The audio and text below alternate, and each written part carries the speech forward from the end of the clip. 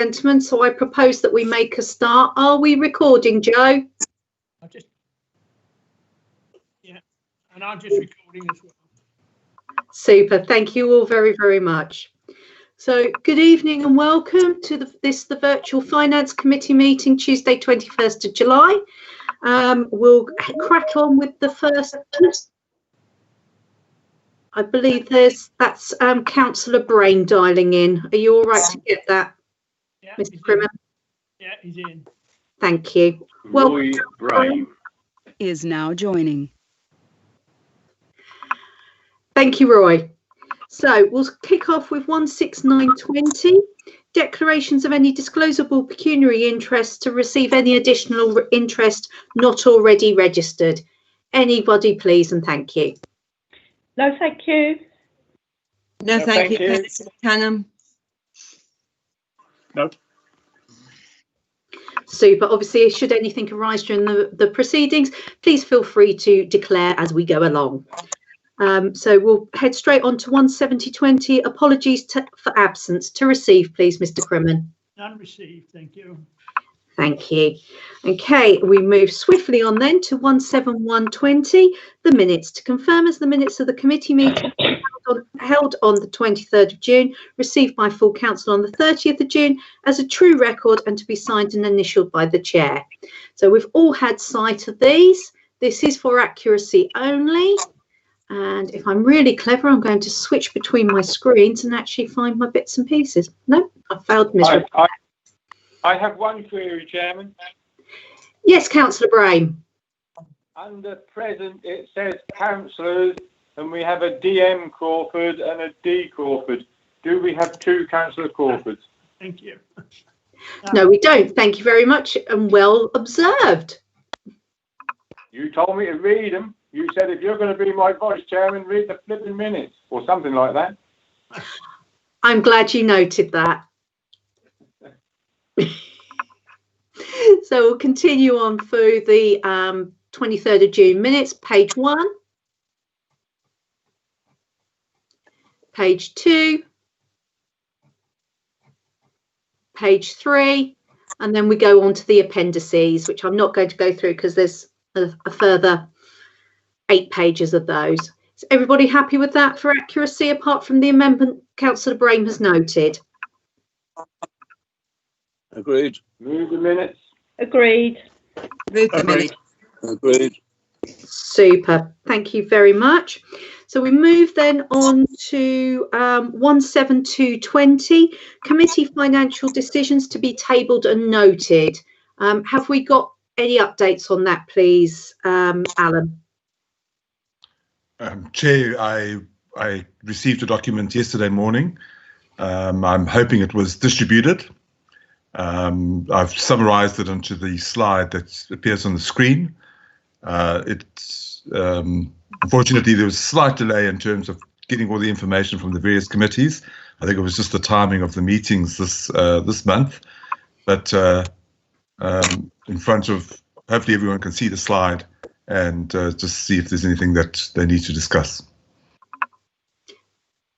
Thank you, Alan. Has anybody got any questions or queries? I would ask you to use the meeting chat and pop your HU or hands up or wave at me through that medium, please. Any queries or questions, please? Oops. To quote someone far cleverer than I take silence as golden. So we'll move on to 17320. The contracts update. So you'll have that now on your screens. Any questions or queries relating to that at all, please?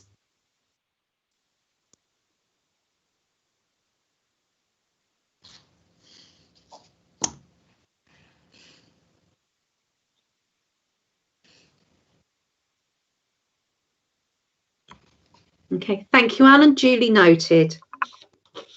We'll then move on to 17420, which is the financial report for month 3, to receive and approve the income and expenditure reports for month 3 as attached. So you've all had these previously. They are also available for you councillors in the full council meetings under finance, and there's various attachments within that. And you also had it circulated via email. Any questions or queries, please?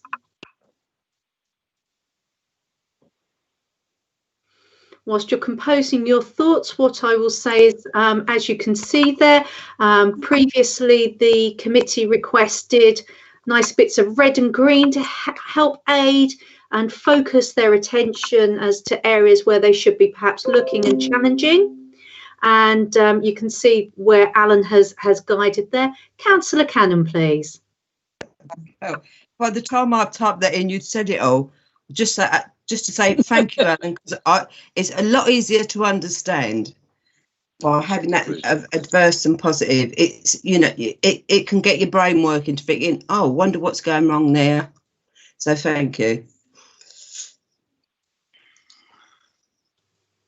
And you'll all obviously notice, as Alan, have we got further slides on this particular agenda item?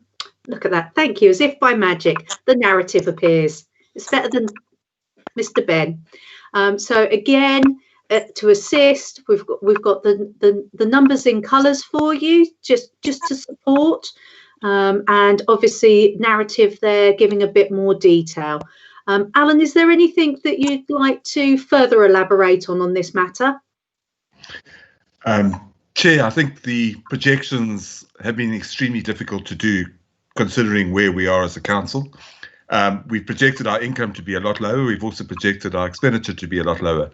And what we agreed at the last Finance Committee, which was adopted by Council, is that we're going to have a budget timetable. Or we approved a budget timetable, and included in that is a budget revision. So the senior management team, starting next week, when we've hopefully got most of our costs in, will start a process of re-evaluating where we are, so that when we next meet and put forward some projections, hopefully they'll be a little bit more informed than they are at the moment. The other point that I would just like to make is that what we've tried to do from going forward is these reports are very similar to what is tabled at other committee meetings. So when it comes to finance, it's not as if these, you know, there's a different report compared to what went to some of the other committees. The reports will be similar. So hopefully some of the councillors will start seeing the familiarity between this report and what they've seen in their committee meetings. Fantastic, Alan, thank you. And I think if we have that consistency of approach, it makes the information so much more accessible for both ourselves as councillors and also the public, because ultimately these are public published documents that we are dealing with. Are there any other questions on this agenda item, please?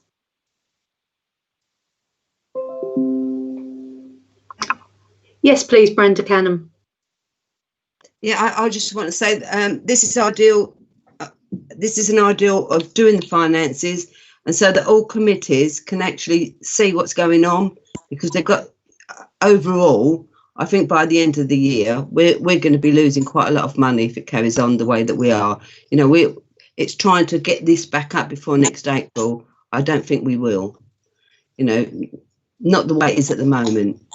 So I'm glad that the finance officer is actually trying to say this is what could be happening, because then we need to look in committees what's happening to our spends.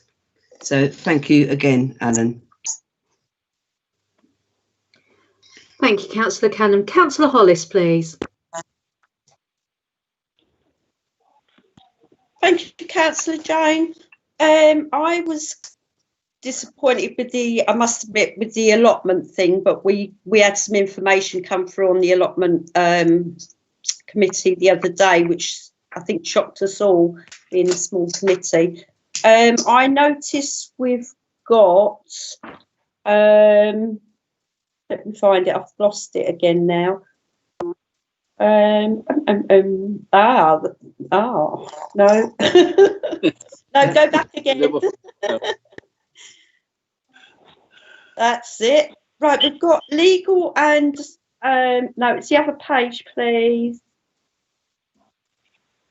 The legal and professional fees. Is that just for our hirers, etc., or is there any other reasons why we've got that actual amount in legal and professional fees. And my second one on that one is bad debts written off, 2,884 potential property rental debtor write-offs. So would that come under the legal and professional as well? So Alan will correct me if I'm incorrect. The bad debts write-off potentially is the bad debt provision that we agreed in the last meeting. Am I correct, Alan? You are correct, Chair. We agreed certain write-offs because we were uncertain about some of the market rentals, and it was that amount relating to one of the rentals. That's yeah, I remember that one now. Yeah. And then if you could clarify what goes into the legal and professional line, because I know I'm very mindful that it's not just solicitors' fees. There's a number of professional fees that go through that particular line. Could you recap for us, please, Alan? Sure. In terms of the legal fees is a very small component. That would just be any issues relating to leases, signing new leases, etc. Most of it is the professional fees, and that would be for our service providers. For example, today, in the last 2 days, we've posted our Sage software subscription, which we pay a monthly fee for. We've posted our HR consultants that we use on an ongoing basis. Is now exiting. Our payroll service providers. So it's a lot, and there's any other professional fees that we where we use outside people to provide us with advice. Right, thank you for that explanation, Alan. And yes, I like the setup of the papers. It's a lot easier for me to understand. Thank you very much.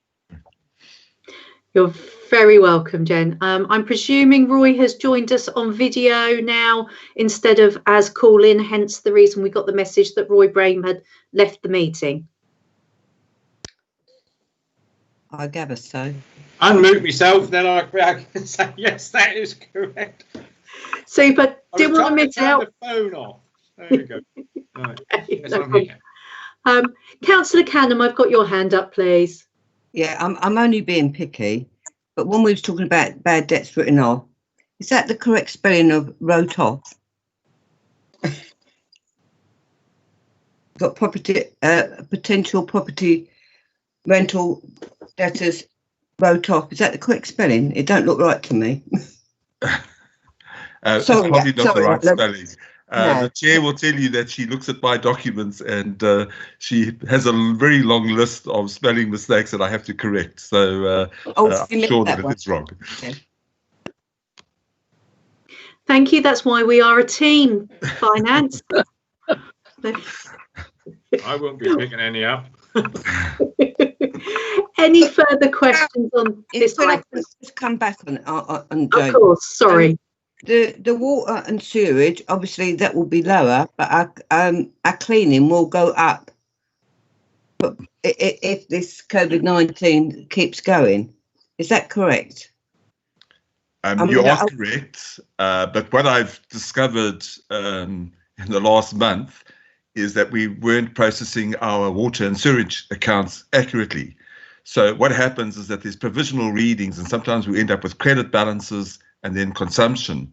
And unfortunately, in the accounts department, we didn't apply our mind, and we've actually processed some of the credits incorrectly, or we've duplicated them. So they've all been reversed out, and that's added probably about £2,000 to the water and sewage consumption for this year. I have to apologise for not picking it up earlier. I've just done a significant cleanup of all the water, electricity and gas accounts, and I picked it up during that particular exercise. Thank you. Thank you, Alan. I appreciate your frustrations on that matter, and I'm grateful that you've been spending considerable time reviewing and reflecting, and this is part of the finance officer reforms that Alan has been literally going through everything with a fine-tooth comb and seeing how we can improve and elaborate. So thank you, Alan, for all your efforts. Any further questions on this matter, please? Yes, please. Far away, please, Councillor Hollis. Thank you. Waste disposal costs. Is that it says should be lower than budgeted because of closure of certain facilities. Is that clearing out buildings, properties, or because we've moved from Telford Way, etc.? Would that be part of that? Please. That cost has come down because we didn't have any collections from the Carnegie for about 3 months. They only started at the beginning of July when we reopened the market. So our waste collection costs are down because of that. However, we are doing a lot of allotment clearing. So I've seen a number of orders that are sitting there. So that might increase by about £3,000 over the next couple of months because of the allotment clearing. They've been hiring a lot of skips to get rid of that, to do the clearing. Yeah, that's what I was going to ask. Would that come into with the allotments clearance? Because as you say, we've got quite a few on there that need clearing. Thank you, Alan. Thank you, Jane. You're very welcome, Councillor Hollis. Are there any further questions, or can we move to recommend these accounts to full council, please? Agree to recommend, Councillor Cannon. So I'd second that, Councillor Hollis. Thank you. So, Chris, did you get that? That Councillor Cannon proposing, Councillor Hollis seconding. Yep. All those in favour? Do we do a poly vote? You want to vote? We should technically vote. Can you run up a quick poly on that, Chris? I know this is your area of expertise now. Keep a moment, it's just opening. They was doing it at Norfolk County Council yesterday. Was that poly voting, Brenda? I had no idea. I saw you. Roy. I fired you. Yeah, they was learning how to do the poly voting. Ah. Okay. I'm grateful for the committee's indulgence on this, and obviously we are still fine-tuning, so I apologise to the members of the public that are watching this or will watch it later on, that it's not as instantaneous as it could be or it should be, but we are getting there.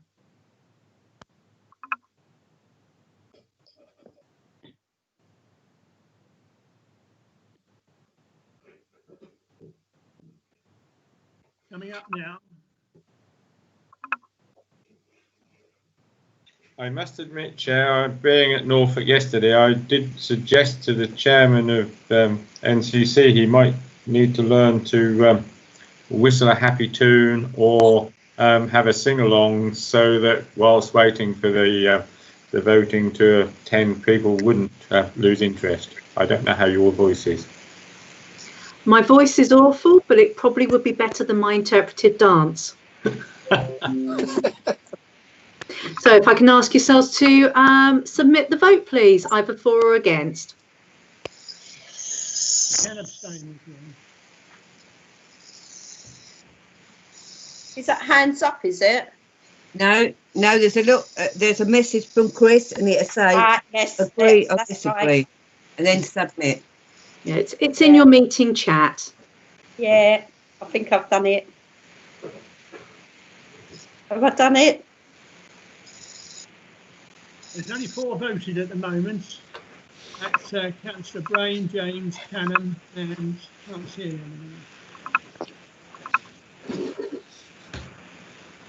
anyone. Yeah, I'm trying to. Oh, hang on. Yeah, I'm trying to push the agree. And then submit. Right, yeah, hang on a minute. I'm keep coming out of it for some reason. Got chunky fingers, Brains. Right, that's it. I've got it all now. Right, done it. So that's agreed. So that's unanimous. Thank you all very, very much, and thank you very much for your patience. Chris, can I suggest that you get one ready for the next agenda item, please? So we move on to item 17520, which is the approval of payments. The payments have been summarised in the attachments that you have previously been circulated A to D. Should you, as we mentioned at the last meeting, normally we would have the massive folder here that would have all the purchase invoices and paperwork supporting the process of these. Obviously, we're doing it virtually, so if there is anything that you think I'd like to have a look at that particular invoice, just as a spot check to ensure that our processes are working in the way that we say they are, that is the allocation of the nominal code for analysis as per the events, and the approval and cross-referencing of it, you can do so. The recommendation is that the making of these payments be approved. We now have Holly there ready for you. Before I request that you vote, I will take Councillor Brain's hand up, please. Thank you, Chairman. Just sort of as a point for members of the public that are watching, is it a summary of these that is put onto website or onto YouTube, or is it this what we actually have here for people to see? Alan, my understanding is that the reports that you provide to us are also published on the website as accompanying paperwork to this meeting for the members of the public. I suppose that's actually a joint question to yourself and Mr. Crimmen. Is that correct, please? Yes, it will be attached to the minutes. Does that answer your question, Councillor Brain? Yes, thank you very much, Chair. That was just, I suddenly looked at it and I thought, well, hang on, this would be nice for the public to know. I mean, you know, transparency is what we're all about, and this is just another show of how transparent we're becoming. And it is actually a requirement that we do publish our payments. So thank you, Councillor Brain, for that. Alan, was there anything you wanted to add there? Sorry, I cut you off. No, there's nothing. The schedules won't be broadcast through YouTube because they're very difficult to put onto a slide presentation. So there would just be it would look like, you know, Chinese writing, because it wouldn't make sense to anyone. It's always been on the website, Councillor Brain. These ones are added to the minutes and they go on the website. Thank you. Basically, the reason I brought the discussion up was so that people who are watching and that can see, because they may or may not know. I must admit, I tend to look at the papers that we have. I don't go on the website very often. So, as I say, I just thought that would be handy to mention it so that anybody watching or listening can say, I can go and see all of this. And for those members of public that are now itching to go onto our website, if you go onto the Thetford Town Council website, use the drop-down box that refers to documents. From there, you will see that they've been organised into the various committees, and you will be able to choose finance. You can then choose them in date order and so on, and they'll be available for you there. Should you find any problems, please do let our officers know, because it's only with your help and support, if there is an issue, that we can rectify it. So on that note, are there any further questions on this item, please? No, thank you. In that case, can I ask that we need to recommend these to full council? Can I have a proposer and a seconder, please? I will propose. That was Brenda. Somebody else? I'll second Brindle. Thank you. Thanks. And then can I invite you to vote if you haven't already done so, please? Time to come.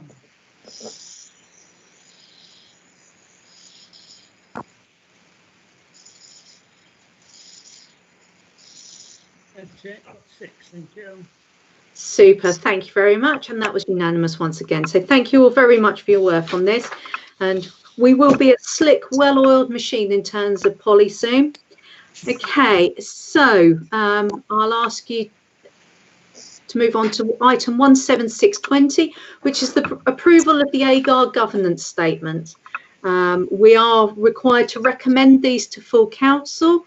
It will need to be a separate minuted agenda item, which is required as per our financial regs, and the auditors require it, and as does the paperwork.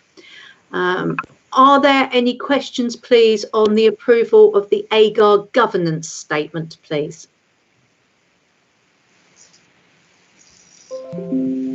Councillor Brain, please. Thank you, Chair. Nothing on the statement at all, and it's statutory. It's something we always do. I take it, Alan, that we are all ready. You're not waiting for anything, or there is nothing that we need before the 28th, which is rapidly approaching. Deputy Chair, we did have some challenges, but I got an email this morning to say that the audit information will be available, will be sent to us by the end of the week. So all information we require will be available for council next week. Lovely. Thank you, Councillor Brain. Those of you who have sat on finance before will recall that normally we receive the internal audit report, and that's what the finance officer has referred to, that there was a slight delay, but that will be going to full council, and I believe the finance officer will update us under committee officers update later on in the meeting on that matter. Are there any further questions specifically regarding the AGAR governance statement, please? I would propose approval. Thank you, Councillor Brain. Do I have a seconder on that proposal? I'll second that, Councillor Canham. Thank you, Councillor Canham. Can I request that you all vote, please?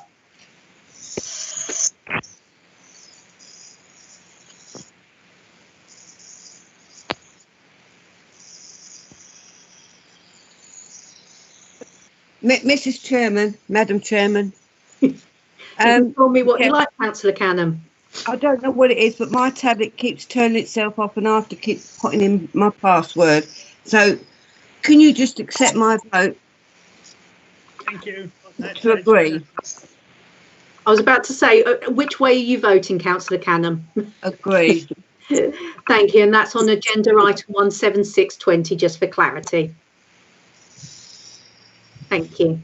So that's unanimous again. Thank you very much. We then move on to 17720, which is approval of the AGAR accounting statement.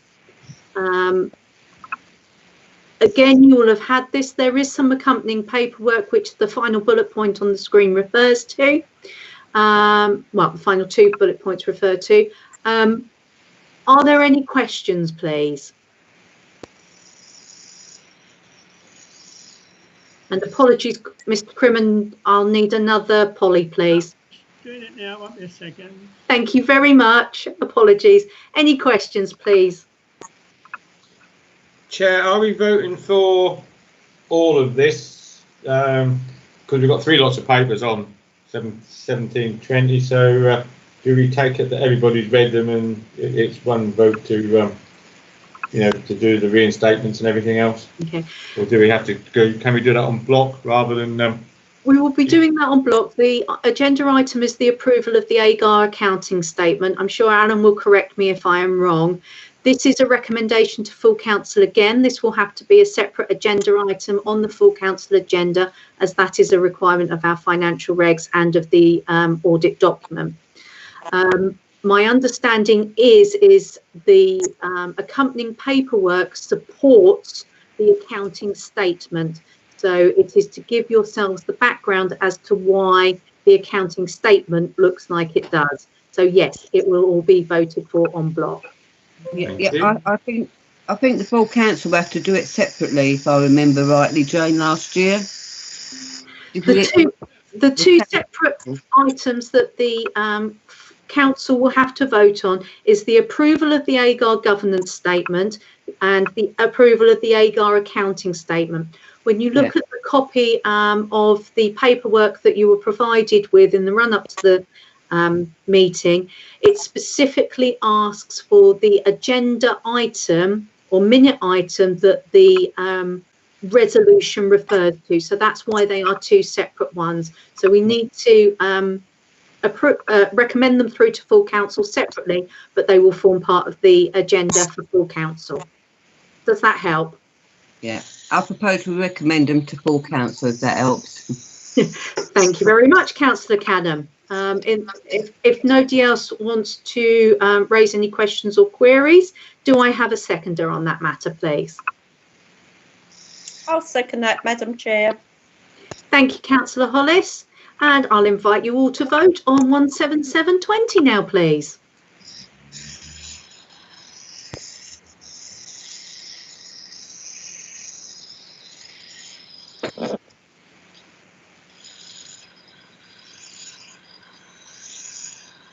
Yes, that's all the votes. Thank you. It's 100%.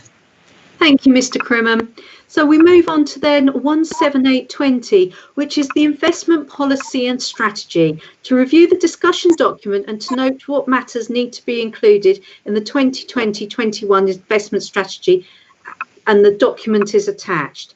I would like to open the floor on this occasion. If you could signal if you wish to speak in the chat box for me, please. Over to you guys.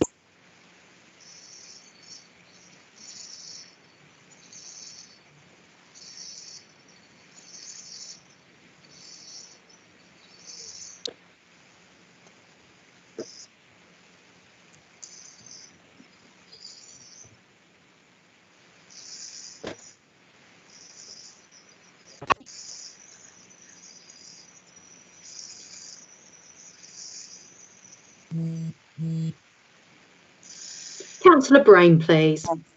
Thank you, Chair. Going through it, it comes across as a the strategy that we ought to be looking for. I'd like to congratulate Alan on putting this together. My only question would be that, yes, in a word form, it's lovely, but when I go through it and I look at it, I think I agree. But if Alan said to me, you shouldn't have done because section non-specific financial investments .2 isn't good, I wouldn't know that. So I'm just wondering if he could sort of give us an enlightenment on what what it's actually saying, as well as just letting us read it.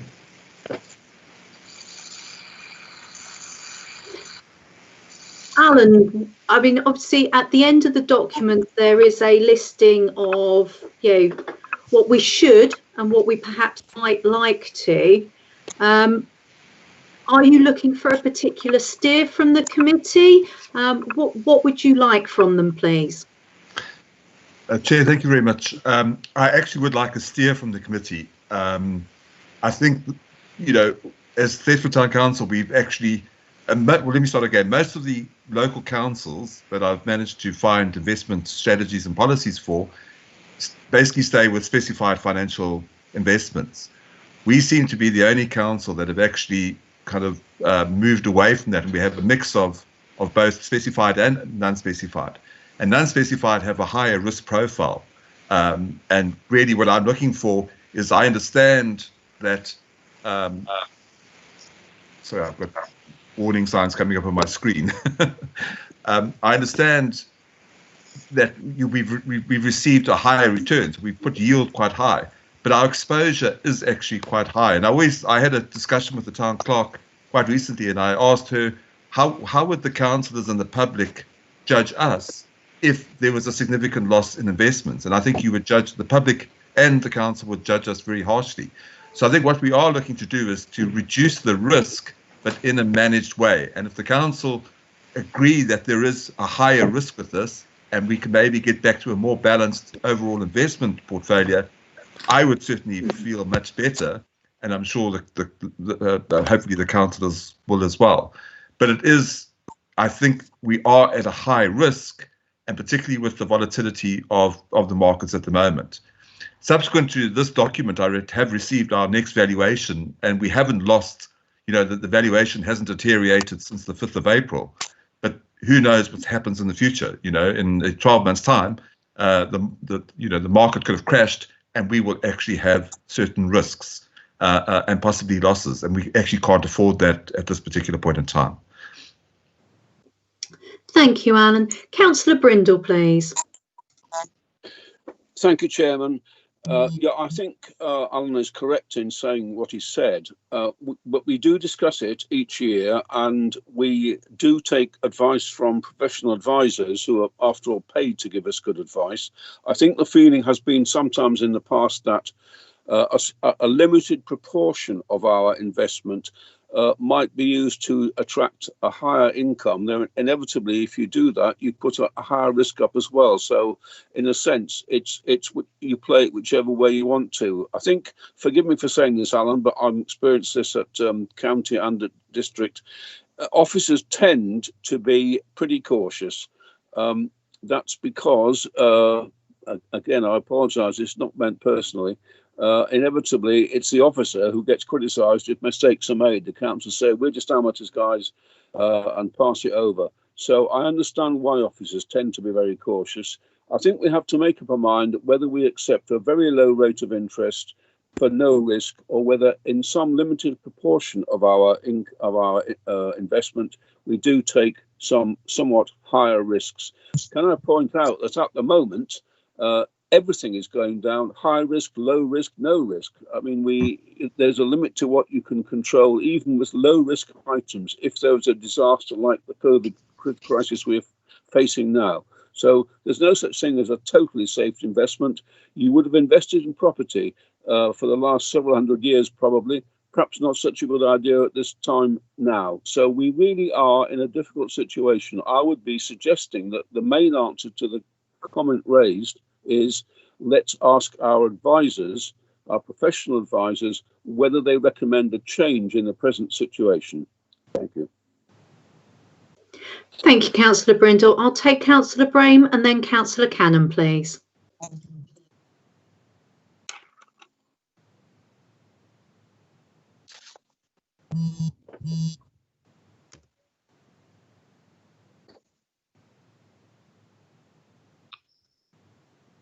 Put your mic on, Roy. Thanks, Brenda.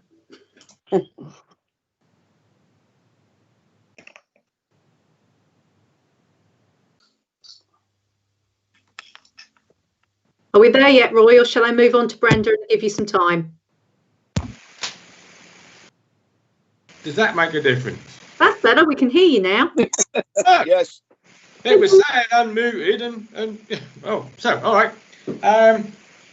Yeah, what I was saying was that carrying on from what Mike has said, perhaps part of our strategy ought to be to look at the percentage amount of risk we want to take, and have that as part of the strategy. And also, I know it's very important to several of the councillors that we seriously look at the ethical investment side as well as the yield. So perhaps that might be two things that we ought to have sort of front and centre in the investment strategy. Thank you, Councillor Brame. Councillor Cannon, and then I'll take Councillor Hollis, please. Thank you, Chair. I'm just asking, what is the review and appointment of a fund manager? Have we not got one at the moment then?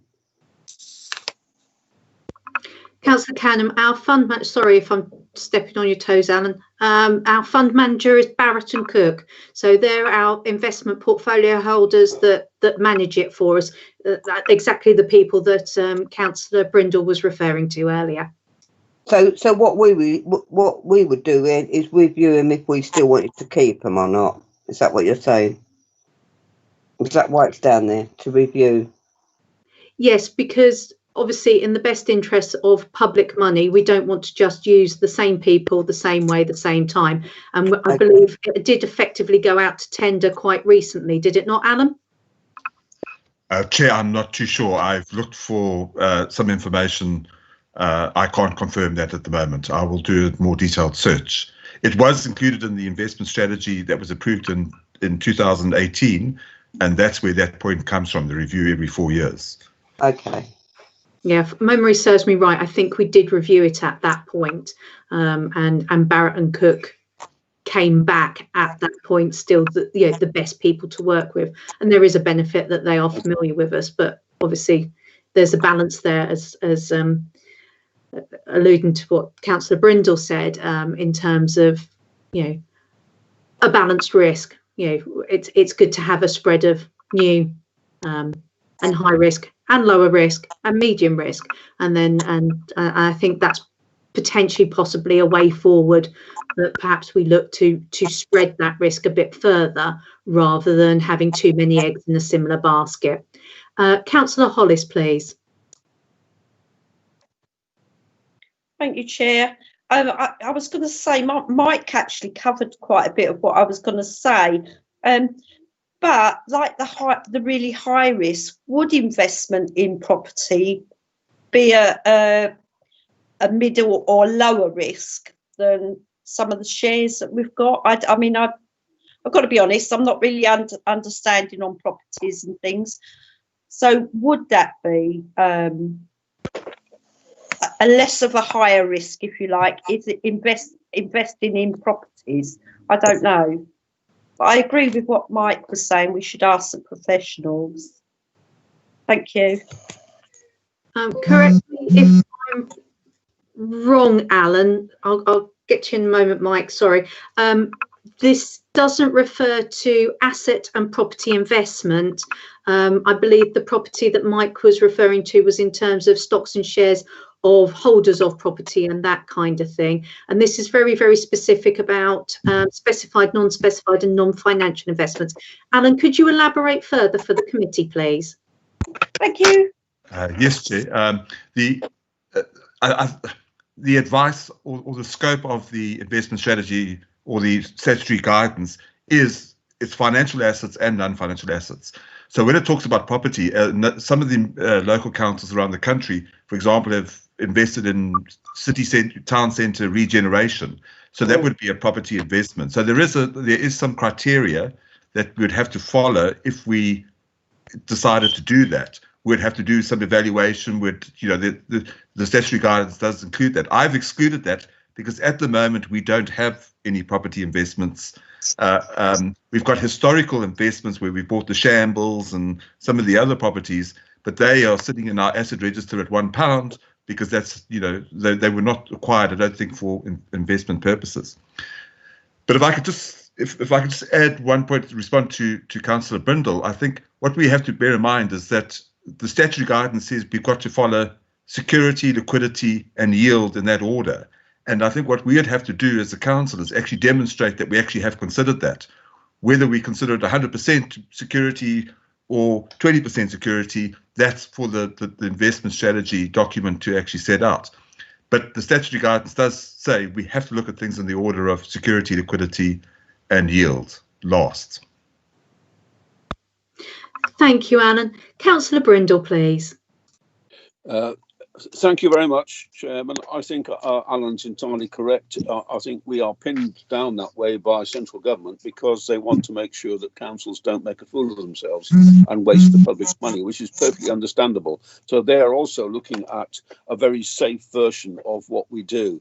If I can just come back, which I appreciate, I think we should all recognise that it's the public's money and you play safe. At the same time, you have to accept that you will get a lower return on your money if you do that. So the other point I wanted to make was about the property. Alan's right that we do have property investments in a sense, like the Shambles, as you quoted.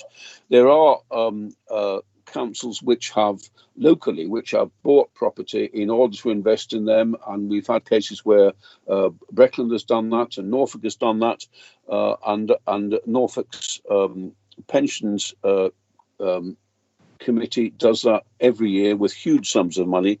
The other possibility for investing in property is to make local improvements. So we have the possibility of investing in property so that we might be able to improve the town. For example, there are authorities which have bought a property in, say, the town centre in order to ensure that the rents they charge are reasonable and likely to attract small shop holders, small shop runners. So there is another way of looking at property. That's to say, to help improve the town. Thanks, Chairman. Thank you, Mike. I have Councillor Brame and Councillor Crawford wishing to speak. I just want to highlight a specific section, if I may, of this particular report, which is Part C, which is profiling the risk of the Town Council's existing investments. So part of this is made up of our bank deposits, and part of this is made up of our portfolio of shares. For the eagle-eyed amongst you, you'll note it that if we add those together, they are ultimately exactly the same value as our reserves. So we have committed spending already attached to those. So whilst I recognise what Councillor Brindle is saying about investing in bricks and mortar, for want of a better phrase, or flint, obviously if we do that, it takes it from somewhere else. So I would sort of remind councillors to be aware. I'm going to take Councillor Crawford before I take Councillor Brame, because I'm mindful that Dennis has just joined us. Hello, Dennis. Hello, Jane. I just wanted to apologise for my tardiness in the attending. I, for some reason, thought that it was a 7 o'clock start. So my apologies. I shall just listen now. Thank you. Dennis, you are very welcome, and thank you for joining us. Better late than never. Cheers. And please do feel free to join in the discussions from this point on. Councillor Brame, please. Thank you, Chair. Perhaps Dennis will be here twice again now. I have to have a word with Chris.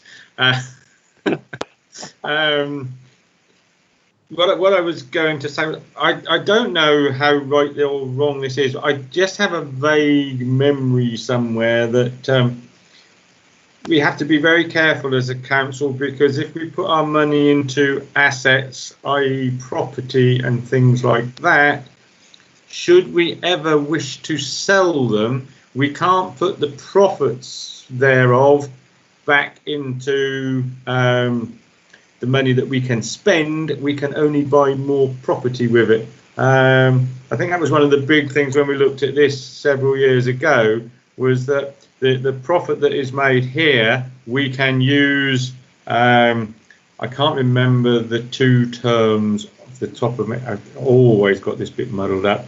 But there is something that you've got revenue and you've got assets, and you can put the profit from shares and things into your revenue budget and spend it, but your asset, you have to buy more assets. Is that correct? Alan, that is correct. That was actually, that comment was specifically made in the 2018 investment strategy, where there was a sentence that said if council chooses to invest in property, it would not be able to use any gain from that for any other purpose than spending it again in more property. So that your memory is correct. Thank you, Alan, and thank you, Roy. And I think that is a very important point in terms of agility linking into liquidity. And Alan has already highlighted the liquidity issue. The other side of things that I would be remiss if I did not remind the committee of is that under financial regulations, should we be wishing to purchase that sort of asset, a full business plan would be required and public consultation on that. Mike, I've got your hands up. Thank you. Thanks again, Chairman. Yeah, just to this extraordinary business that you can't reuse. You haven't got a free hand to reuse the profits made from assets which are held in property, which Roy quite correctly alluded to. I suppose what you can do, and I'm asking Alan to confirm this or correct me, is you can sell the original property. Is that right? And then you would be able to use that. That's not quite the same thing. You get your money back and then reuse that in a different way. Is that correct?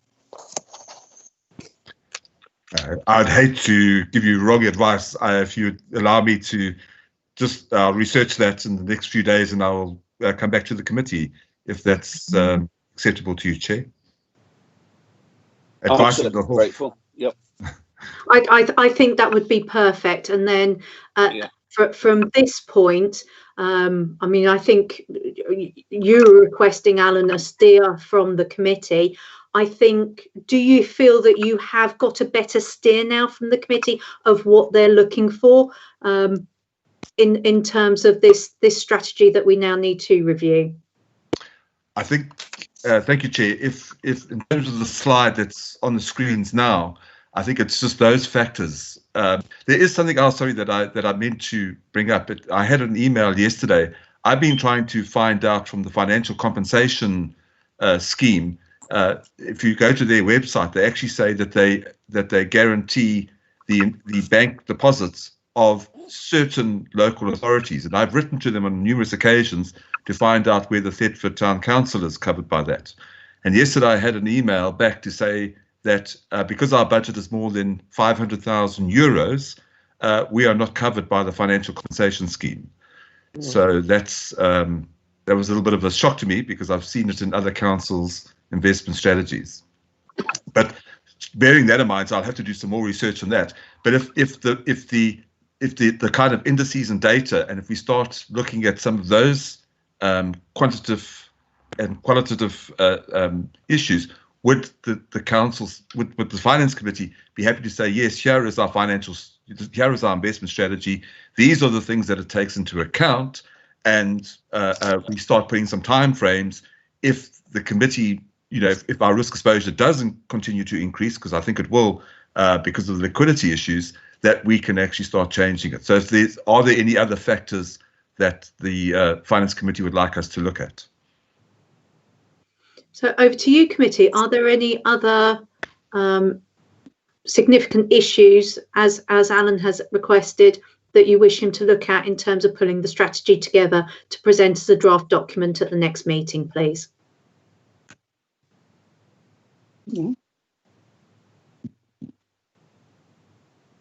I'm fine with it. I can't. Yeah, thank you. I'm fine with that. Thank you. If I could, Chair. Yeah, I think it's very good. The only bit, the monitoring processes, frequency and extent. If we're going to take this, should that have some numbers to it? How frequently? What extent? Just to make sure that it's not one of these things that is looked at to say, oh yeah, frequency and extent is once every 10 years, if you like. I'd like to see some numbers around that if this is going to be a strategy. Correct me if I'm wrong, Alan, but I understand that we normally receive quarterly reports from Barrett and Cook, which would be that monitoring process, would it not? We do receive quarterly reports, and that would constitute the monitoring. They also, if there are certain changes in the portfolio, they are obligated to write to us to bring it to our attention.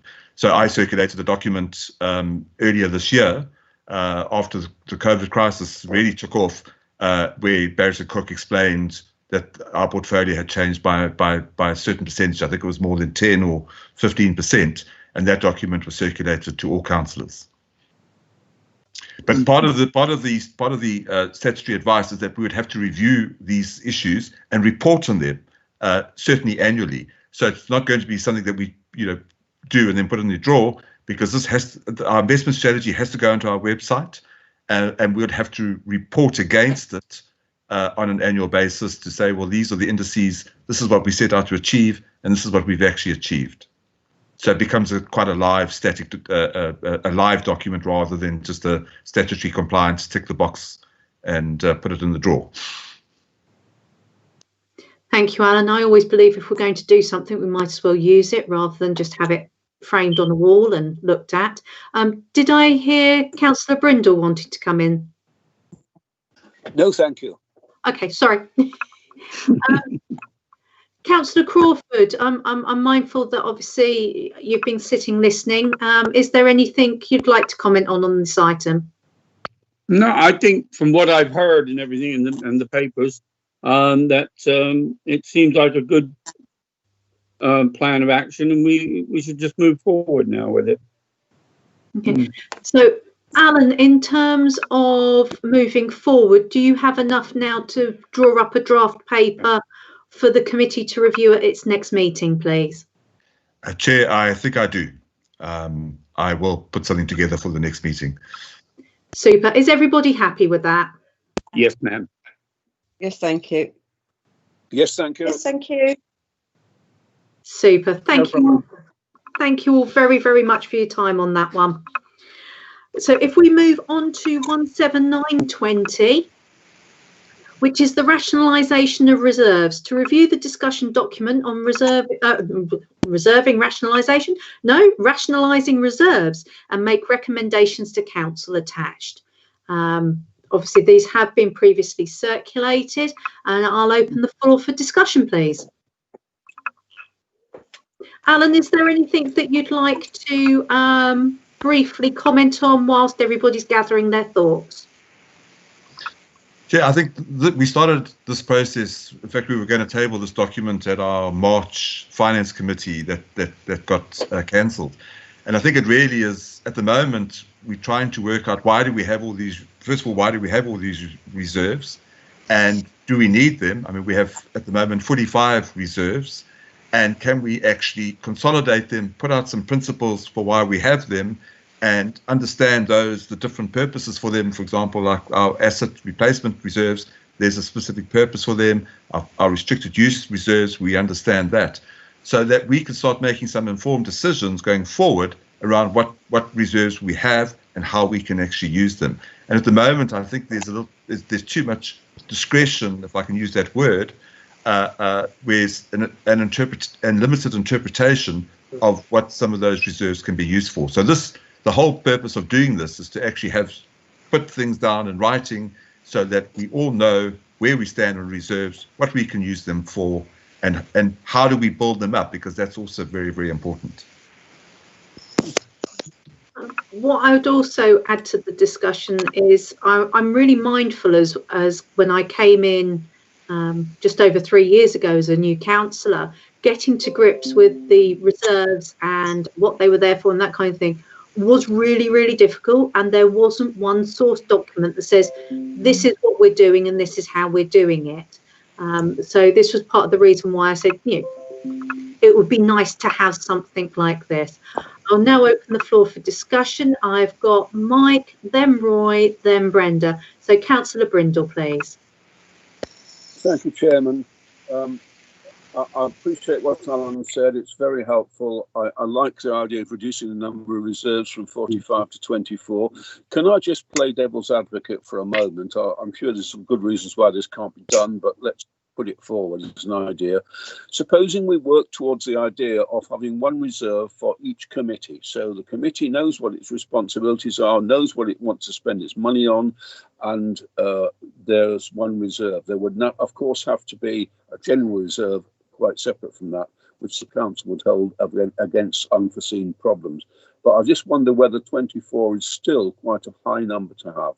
Thank you. Thank you, Mike. Yeah, it still feels like an awful lot, doesn't it? I think there might be issues in terms of the way the committees are currently structured, like for example, the reserves that we have for buildings covers inside and out, and we have one committee responsible for the outside and one committee responsible for the inside. So that could prove some challenges. Alan, what are your thoughts on those points that Mike's just raised, please? I think what we have tried to do is, in the supporting workings that we've done, we have tried to do that. For example, if I take the Civic Committee, I think there were 4 or 5 reserves. Very difficult to work out, international civic links, civic gifts, etc. So in those cases, we have thought it quite reasonable to put them together. Under some of the ALP type committee reserves, we had quite a few play park reserves. So we have recommended that they be consolidated. So I think we have started to go down that road. We might not have, been as radical as we could have, but I think again it's just a step to get the records right, get the documentation as we go forward. I'm sure we will refine it further as part of the budget process. But it would be useful to also have this as part of the budget process, because at the moment it seems to be done at year end rather than as a kind of key component of the budget setting process. Does that help, Mike? I think we're trying to be gentle at the moment. I think I just want to echo repeat the first part of what I said, which is to thank Alan very much for the progress made so far. I think we've had quite a lot of praise for Alan this meeting, because some of us now understand what we didn't understand before. That's because it's now much clearer.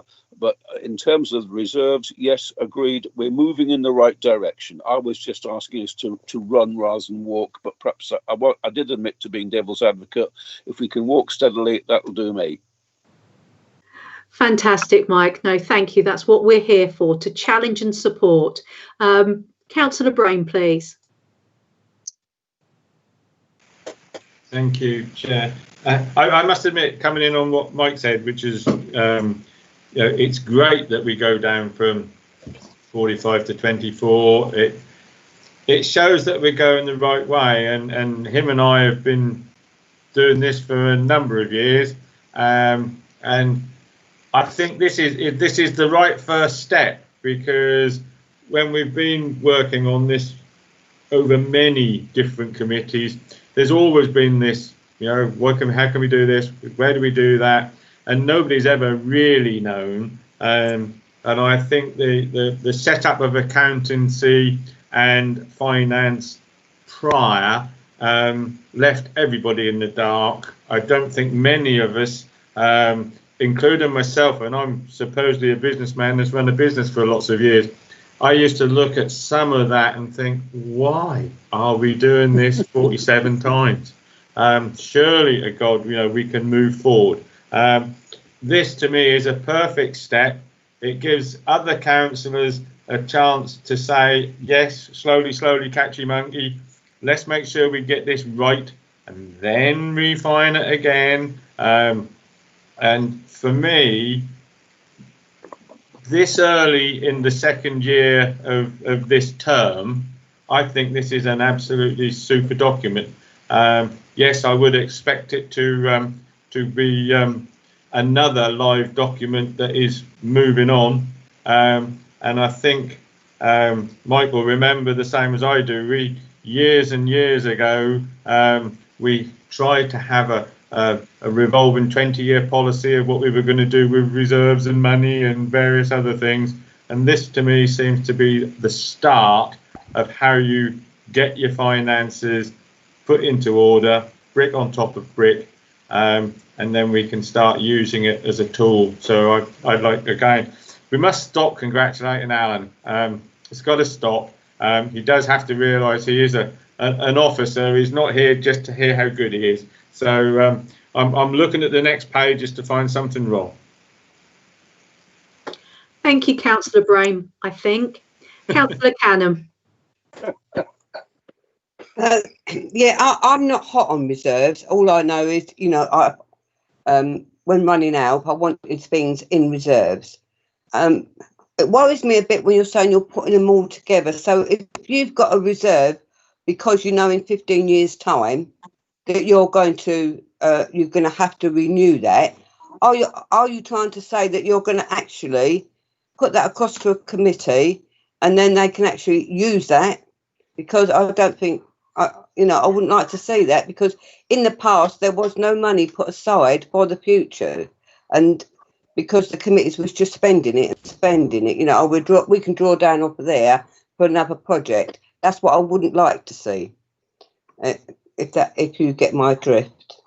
I'm not hot on reserves, but I just think it took us a long time to protect what we've got now for the future by putting in reserves. But if that can go across to a committee and they can actually draw down on that against a different project, I couldn't agree with that. No, they can't. It's a simple answer, Councillor Canham. Oh, lovely. I'm satisfied then. Thank you. Panic. Yeah, if you refer to the supporting document that came with this, the reserving policy actually lays out, and I'll get Alan to go through it a bit further if I miss anything. We actually talk about the specific types of reserves, why we need to hold them, because I'm mindful again, and we've used this term previously, that this is public money. Some of it we do generate, some of it, we get in grants, and for example, there's one of them on there. It's not on the screen at the moment, but there is a reserve for a specific grant, and that has specific requirements to be used on specific items.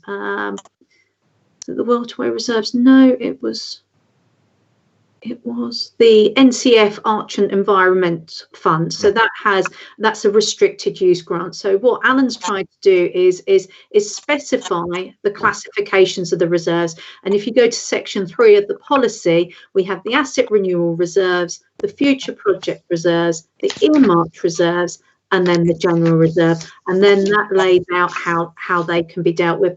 Alan, have I missed anything on that? Actually, I think you've summarised it very well. I think it's understanding why you have a reserve. If we have a toilet refurbishment reserve, when the toilets need to be refurbished, we have to have the money available to do that. Otherwise, what's the purpose of having the reserve? So I think it is to support that type of, understand what our future obligations are, and to ensure that we set aside enough money to fulfil those obligations at that particular point in time. And what I'd also say, Councillor Canham, is it reinforces that work that you have been doing in terms of getting maintenance schedules in place, whether they're weekly, monthly, 6 monthly, annually, 3 yearly jobs, that all gets pulled into that process. So, in terms of a renewal for the toilets, we've kind of said that every 10 years they need a refresh programme. The other prime example would be IT equipment. And that's a regular refresh program, because obviously softwares change, they get updated, new technologies and that kind of thing. So it's being very, very mindful of what we're doing and why we're doing it. Do I have any other questions from the floor, please? I'm mindful that I haven't heard from Councillor Hollis, Councillor Harvey or Councillor Crawford on this item, please.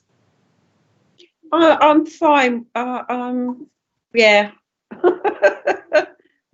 Yeah. Thank you, Chair. I have no issues with it. I'm studying it intently, and everything I've wondered about has been covered, really. Thank you. Yeah.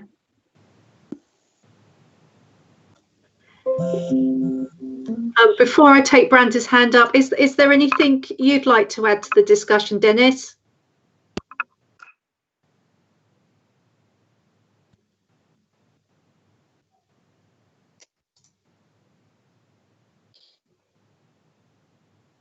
Are you all right, Dennis? Councillor Crawford, sorry. Oh, sorry, I had myself the mic turned off. Sorry.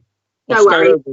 No, it's my only comments are, I think it's a very good project. 45 categories of reserves was an extreme amount, I think, and working it down to 24 would be great. But I think, like Mike, that maybe we could even narrow it down further in the near future. Thank you. Thank you, Councillor Crawford. And I agree, frankly, to be honest with you. But yes, this is another first step along the way. Councillor Canham, please. Yeah, this is not about the way that it's done. Could I ask what the Swain Close Capital Reserve is? What is that? Good question. Well asked, Alan. So it's my understanding, and again, it's very difficult for us to find this information, is that actually has to be used. It's restricted in how we use that particular reserve. Yeah. What those restrictions are, I'm not too sure, but I have been told by the rest of the management team that it is a restricted use reserve. So that's where I unfortunately have to stop. I can't elaborate any further. But I will find the information and distribute it to the Finance Committee. Yeah, it does seem a lot of money, because Swain Close was done. I don't know where the money came from. I don't know why it is. you know, just seems to a lot of money sitting there, doesn't it? For what? I didn't think we had anything in Swain Close. I think, Chair, I'm not sure again if memory serves me right. Wasn't it something to do with some of the land that went onto the cemetery or something? And when the land was sold and that was remodelised and all the houses were done up there, wasn't there something didn't we get something out of it, but it could only be spent in certain ways? I can't remember what it was, but I thought it was to do with the fact that some of that land was ours that they took to do the regeneration of Swain. I think you're right, Roy, if I may come in there. But what I'm saying is, if we don't know where we could spend it, I'm just saying, for example, the cemeteries need some money for some crematorium boxes. If it can be spent in that area, what I'm saying is we've got 45 grand, but we don't know where we can spend it. We might not want to spend it, but, you know, we need to know why it's sitting there. Yeah, thank you, Councillor Cameron. I think you've highlighted exactly the reason for this piece of work. I'll take I'll take Councillor Hollis and then Councillor Crawford, please. Thank you, Mrs. Chair. Swain Close, if my memory serves me right, that was 106 money when they done the refurb up there, and I think it's. I'm going to take it on my back, but I'm not 100% sure. If it was done, Mike might be able to remember, and Dennis and that as well. Was it not put there we had to spend it on sort of play parks and things up that area? It had to go in that area, didn't it? If I can remember rightly. But I think that's what we got, 106 money for the build on Swain Close. Thank you, Councillor Hollis. Councillor Crawford, please. Yeah, I'd just like to confirm the same information as Councillor Hollis has said. It was 106 money. It's limited to that particular ward, if my recollection is correct. And I do think that the cemetery would fall within those things. As the Deputy Chair of Cemeteries, I think it's a very good idea if we could get a hold of some of it. Thank you. Thank you, Councillor Crawford. Councillor Brindle, please. Thank you, Madam Chairman. I think Jenny and Dennis have got it between them. Well done to both of you for having good memories. The real check, I think, now is to say to Alan, can you go back and find the documentation so that we can have it in black and white, so to speak, another time. So we really do know, because as has been pointed out, we really ought to have a good reason for keeping that money in that lockdown situation. If we haven't, then we should be looking at whether it's better spent on some other need that we have. And you've already mentioned the cemetery quite rightly, so that would be a good example. So can we pass it on to Alan and say, can we have a little explanation next time around? Alan, is that challenge accepted, please? That challenge is accepted, and I will have the information. If I get it before the next meeting, I'll circulate it to the Finance Committee, but I will ensure that there is some feedback on at the next Finance Committee meeting at latest. Thank you, Alan. Are there any further questions on 17920? I feel like we've given that quite a good run. And I'd actually like to, if nobody else has any other points on this, suggest that we recommend this to full council for adoption. As it's a council-wide policy, we need to recommend that. So in the absence of any other comments, do I have a proposer and a seconder, please? I would be happy to propose that. Mike I'd be happy to second. Thank you, Councillor Brindle proposing and Councillor Crawford seconding. Sorry, Mr. Crimmen. It's all right, got that. Thank you.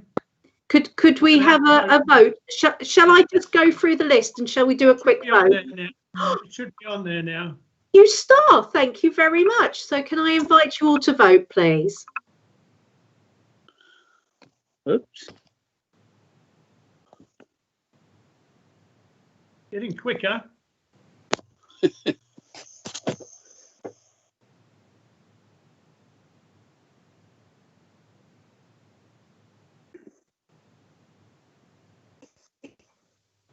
there's probably one more to come. Yes. But everybody's in favour so far. Have I voted? Yes, you have, according to yes, my you have. screen, Dennis. Yeah, I thought I had. Fortunately, it just says Councillor Cranham, Crawford and Hollis plus 3 others, and it doesn't tell me what 3 others until it actually closes, then it does. Got the Oh, there important. we go. Full house, 7 in favour. Yeah, Thank you all yeah. very, very much for that. Cheers. So we'll move on to 18020, the renewal of the electricity and gas contracts. The item on the agenda says to provide guidance to the officers on the extent to which green energy and other factors should be considered in the renewal of the electricity and gas contracts which require renewal. You've received a briefing document on this. Alan, shall I hand over to you? Thank you, Chair. One of the things about the electricity market is that at some stage there's an alert that goes out to various brokers, and I just get inundated with phone calls, etc., from brokers just trying to sign us up as a contract. There's no necessary consideration of anything. We should sign up for. We don't know. I would feel extremely uncomfortable just going to any broker and doing that. And I've tried to bring this back to council just to give us the guidance, so that we can make the right decisions and council can feel comfortable with us making those particular decisions. The research that the Local Government Association has put out has basically suggested going to public buying organisations, and that's hopefully the way that the committee would like us to go, because I would feel far more comfortable doing that. But there is the fundamental question of how long do we contract? But I suppose that as part of their work that they would do, the PBO, they would actually give us recommendations and say, well, these are the tariffs that we can guarantee for 1 year, 2 years, or 3 years. So there is a little bit probably of an upward delegation, which I do apologise for, but it is a fundamental decision, and there's people that could profit on this, which is not necessarily our intention. Our intention is to fulfil our obligation to renewable, sustainable energy and procuring the goods at the right price. Thank you, Alan. I'll open the floor for any questions or comments, please.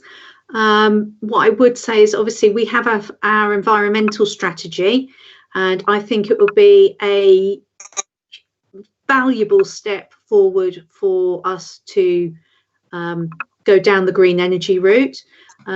If you have a look at the reference document that was circulated in support of this, I think one of the key considerations is with the PBOs that they can actually also undertake audits of buildings for us. Excuse me one moment. And that would significantly enhance, our green offering, which is a considerable, important consideration that we need to undertake. Councillor Brindle, please. Thank you, Chairman. I think Alan asked a really, really simple question, and it's a horrible thing, but the fact is the simple ones are often the difficult ones. I would find it difficult to give a straight answer to that. Ideally, what I would like is some samples. So in a perfect world, I would be saying, what is the cheapest way of accessing the energy needs we have? What is the way that gives us a very high green content, and what is the way that gives us a moderate green content, and then see where the difference in the actual sums involved is. So we're trying to balance, aren't we, going the right way for the nation and for the planet by going more green. Against that, we want to be conscious always, as you've just said recently, Madam Chairman, we want to be conscious that we're spending somebody else's money. So we need to find a good compromise. Is there any way that we can have examples, as I've suggested, so that we can make a comparison? Because at the moment I feel I'm kind of in the dark a bit. Thank you, Mike. Councillor Crawford, please. Oh, thank you, Chair. I know that we really need to consider the green energy side of it and everything. And what Alan was suggesting is that I think, take it to these people who look at everything and then come up with a suggestion for our energy needs and everything. Is that right? Is that right, Alan? That is correct. Yeah. Well, I think it's a good idea. I mean, we get feedback, obviously, that we need to know we can find the best prices so we're not spending public money unnecessarily, but considering green energy and everything for the future. So I think going for, what Alan suggested and trying one of these organizations to try to find the best deal for us is a good idea. Thank you. Thank you, Councillor Crawford. Councillor Cannon, please. Yeah, my line is similar to Dennis's, really. It's we want to be in a place where whatever we do, I can always remember solar panels first coming out, and I was with a housing association. Oh yeah, this is great. This is all about green energy. Anyway, it turned out that it was a loss to the buildings that we put it in. The tenants was in uproars. They couldn't get their heating to a temperature that what they needed it at. So we do need somebody that's got a specialism in this, and we need to know that it's going to be a long-term thing, not something that's going to last us 5 years and then we've got to renew it. So my thing is along the side of Dennis, that we need an expert to look at this. It's not something that we could do. I'll come to you in a moment, Councillor Hollis. What we are effectively doing is exactly what we will do at home when our energy deal comes up and we need to renew with someone. Effectively, we go out and look for various comparison websites. Obviously, the nature of the beast is very, very different to being a public body and a business. So the pricing does change somewhat. So I'll take Councillor Hollis now, please. Thank you, Mrs. Chair. I agree with the PBOs getting them to look at it. They seem to be under, as you say, they can do building stock and which is the best benefits of energy programs, but obviously, and they can find out the best supplier for us. So I agree with Alan's suggestion, I should say, on his key considerations of the PBOs, to have a look with them and see what they come up with, because they'll get us all different people to quote our buildings and that. So yeah, I support that one, PBOs. Apologies. So do I have any other questions on this item, or is everybody kind of in consensus of what's been stated? Agreed. Yeah, agreed. Agreed. Okay, so if I may sum up for Alan's benefit, I think the committee would request that you go to the PBOs and get a costing comparison done in terms of percentage of green energy provided and how that reflects the terms, reflects the energy costings. Would that be a correct assumption and summarisation of the discussion? Yeah, I think so, yeah. Yeah. Alan, does that give you enough to work with? That's excellent. Thank you very much, committee. I think that will help me tremendously. Thank you. Awesome. Thank you all very, very much. Wow. Storming Norman. So on to 18120, update of the finance officer reforms. Again, you've had these and obviously we won't go over them verbatim. Alan, is there anything in particular that you would like to highlight that has been moving along nicely or has been particularly challenging for you? Oh, there's a green there. How exciting. Yes.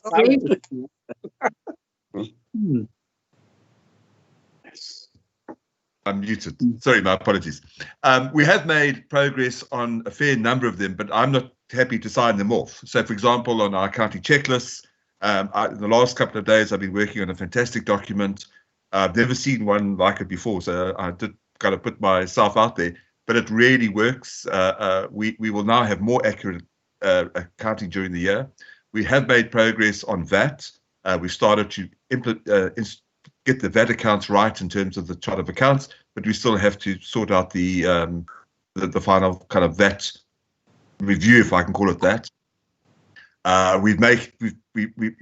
If the reserves get rationalized and that gets approved, it's a lot easier for us to update that on a more regular basis. At the moment, it's exceptionally difficult. So I think we are making progress, and hopefully in a few months' time there won't be very much on this, because they'll all be green and they'll all have fallen off the page. But we always find challenges as we go along. You know, we've had challenges around the Standing Forth Trust, which we administer as a council. That's brought, in the last 2 or 3 weeks, that's brought us a number of challenges in terms of the accounting, sorting out some of the tenancies, etc. So there are those things that happen, but overall we are making progress. I would like it to be faster, but we are working as hard as possible and trying to make it, have a positive impact. Thank you, Alan. And I think we're all in agreement, as has already been voiced earlier, that you are definitely having a positive impact. Any questions for Alan on this specific agenda item, please?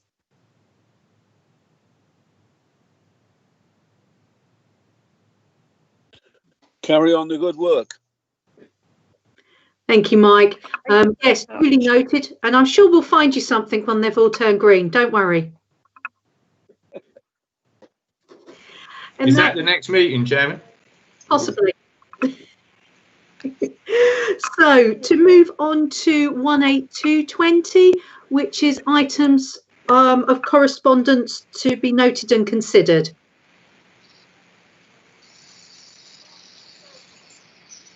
Do we have anything? Nothing to note still? Excellent. And then if we go on to 18320, which is the committee officers update, to update any information since the agenda was released. Thank you. I'll hand over to you at this point, Alan, I think. Thank you, Chair. We did receive a draft internal audit report. I have distributed that to you as the Chair and to the Vice Chair. Unfortunately, there have been some delays, so all the documentation and the actual final signed report should be with us before the council meeting. But there were just 4 issues raised in the internal audit report, which I was actually quite pleased about. The first one is around credit cards. Credit cards continue to be a significant challenge to us. It's just getting information authorised, getting all the supporting documentation together properly. I have spoken to the town clerk, and we're going to put in place procedures to sort that out. The second issue was the market tolls. We had the cash collection issues, which unfortunately there's not much we can do, but we've put in issues to address that. The VAT, the internal audit has picked up that we are having a VAT audit around and touches on the issues around opting to tax properties. That has come back to bite us. And then the issue 4 was just the signing off of the salaries checklist. The town clerk does a thorough review of the salaries checklist, but it's just getting it actually signed off. So the process has been done, but the evidence is not that great. To give a comparison to the previous year, there were 11 issues raised. So I hope that kind of, we did focus as the Finance Committee when I first joined nearly a year ago, or just under a year ago. We had 11 items, and I've been reporting back on those. So it actually is very pleasing to see that we've resolved most of them. There'll always be issues to resolve going forward, but I think as a management team, certainly the town clerk has been driving this. I think we've done pretty well. So we'll smile a little bit. We'll take the 4 items. Hopefully next year will only be 2. Thank you very much, Alan. And I'll open the floor if there's any questions on the internal audit report, please.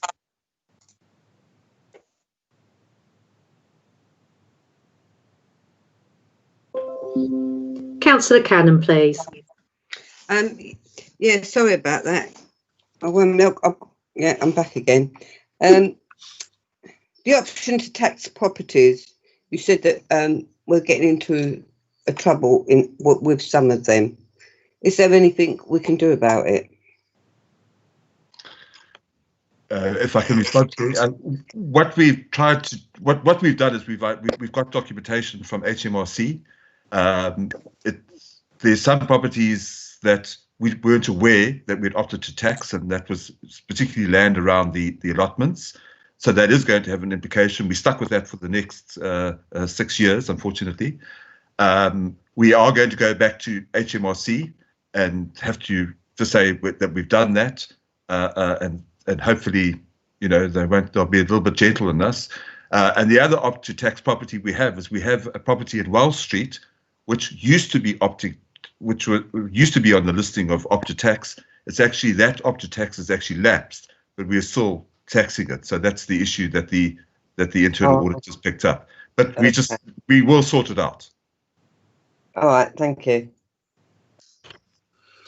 Thank you, Councillor Canham and Alan. I know we've had over the couple of years that I've been on the council considerable conversations regarding the grey art of opting to tax, and there's very specific rules about thresholds and councils and rolling totals. And I can recall a spreadsheet that a previous finance officer used to keep, and actually I have to say I didn't understand it myself, and that's why we brought in some specialist knowledge from an accountancy firm who I believe Alan has found extremely useful, and they've guided us and supported us every step of the way. Would you say that was the case, Alan? Yes, Chair, we have. But the nice thing is what we've actually done is we're actually doing the work. So we're not asking them to go and do an investigation and just present their findings to us. We go, we get guidance from them. We actually go and do the work so that we learn how to institutionalize the necessary things, and then they review what we've done. So we've actually building capacity within the organisation. Myself and the finance team, we've included the senior management team. So the deputy town clerk, from an our perspective, has come along because this has an implication on what she does, and the town clerk has also come along to these meetings. So I think by the end of the process, there'll be a lot more of that knowledge within the organisation, and it won't just be sitting with one individual. Thank you, Alan. And I think it's quite a strong quality assurance in terms of the work that Alan's undertaken, that we've moved from 11 issues raised to 4 issues raised, and they are of the same rating, as it were. They're not, you know, we haven't gone from amber ones to red ones. They are still amber ones. So there's a high level of quality assurance externally provided that, you know, we're getting it right, and Alan is moving in the right direction. If there's no further comments on that, is there anything else on the committee officers update that you wish to draw to our attention, Alan? There's nothing further, Chair. Thank you. So unless I see a hands up in the chat instantly, giving time to do 2 digits and then press send. No, we'll move on to 18420 in that case, which is community engagement, to discuss and agree any consultation or media release required. I can't think of anything off the top of my head, but that's probably not a good thing to say when I have a head injury. Is there anything that anybody feels should be out there at the moment? Yes.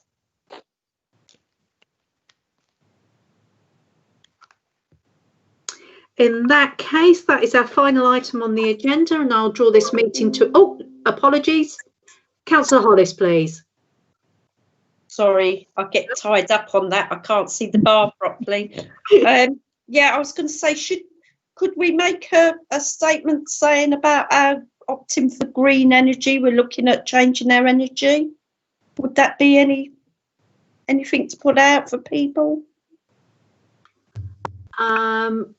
My personal view would be I'd rather say it when it's done rather than thinking about it. I'd rather lead with a positive rather than a slightly wishy-washy, if that's not... No, that's fine. No, I understand what you're saying. Yeah. But yeah, because I'd hate to also preempt the outcome of the tendering process as well, because it might be that we can get 100% green, or it isn't cost effective for us to go 100% green, but we can mitigate some steps. So Yeah. I think it would be preemptive of the outcome. Anything else from anybody? Chair. Yes, on- Councillor Crawford. Yeah, sorry for going in. On these, we have to have this thing finalised fairly quickly, don't we?